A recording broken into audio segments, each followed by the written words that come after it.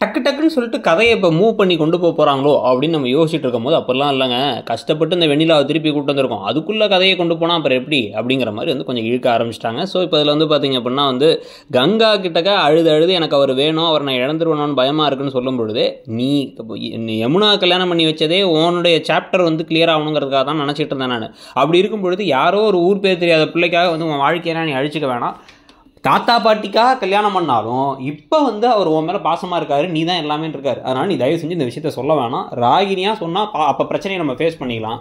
என்ன நடந்தாலும் அவர் உன்னை விட்டு போகிறதுக்கு நாங்களாம் விடமாட்டோம்னு சொல்லிட்டு இருக்காங்க. இதுக்கு நடுவில் வந்து கார்லேயே வந்து குமரனும் விஜயும் ஒன்றா போக, விஜய் வந்து அவங்களுக்கு இங்கிலீஷ் கரெக்ஷன்லாம் பண்ணிவிட்டு நல்லா போய் பண்ணிட்டு வாங்கன்னு சொல்லிட்டு அட்வைஸ்லாம் பண்ணி, அவரும் அதே மாதிரி அங்கே உள்ளார போய் பார்த்தீங்க அப்படின்னா வந்து கண்ணாடியெல்லாம் போட்டு அப்படியே ஒரு சூப்பரான சீனை ரீஎனாக்ட் பண்ணி இவரோட முதல் சம்பளம் வாங்கிட்டேன் அப்படிங்கிறலாம் தன்னுடைய காதலிட்ட நடிச்சு காமிச்சு செலக்டே ஆகிட்டார்.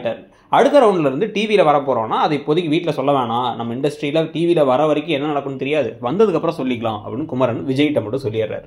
இப்போ அதே ட்ரெஸ்ஸோட இங்கே கடைக்கு வந்தால், கடையில் வந்ததுக்கப்புறமா வந்து பார்த்தீங்கன்னா இவர் ட்ரெஸ் சூப்பராக போட்டிருக்காரு அப்படின்னு சொல்லிட்டு குமரனை பார்த்து கங்கா அப்படியே வா அப்படின்னு பார்க்க, கங்காவாக நடிக்கிறவங்க நிஜமாவே ரொம்ப நல்லா நடிக்கிறாங்க. டக்குன்னு காவேரியும் வந்து எப்படி இந்த ட்ரெஸ்லாம் வாங்கினீங்க அப்படின்னு, இவ்வளோ ட்ரெஸ் வாங்கினீங்கன்னு கேட்டால் ஷூட்டில் கொடுத்தாங்க அப்படின்னு சொல்லி சமாளிச்சிடுறாரு. அதுக்கப்புறம் வந்து விஜய்க்கு பர்த்டே நாளைக்கு, அதுக்கு என்ன கிஃப்ட் பண்ணலாம் அப்படின்னு உடனே அவருக்கு பர்த்டேவா, காலிலேருந்து கூட தான் இருக்கேன் அப்படின்னு உளறிட்டாரு. நல்ல வேலை வந்து அதை அப்படியே சமாளிச்சிட்டாரு, கூட இருந்தேன் அப்புறம் என்ன ட்ராப் பண்ணிட்டாரு அப்படின்னு சமாளிச்சாச்சு. ஸோ இந்த திருப்பங்களை பற்றியும் இன்னமும் வெண்ணிலா விஷயம் பெரிய ஷாக்காக வரலங்கிறத பற்றி உங்கள் கருத்து என்ன?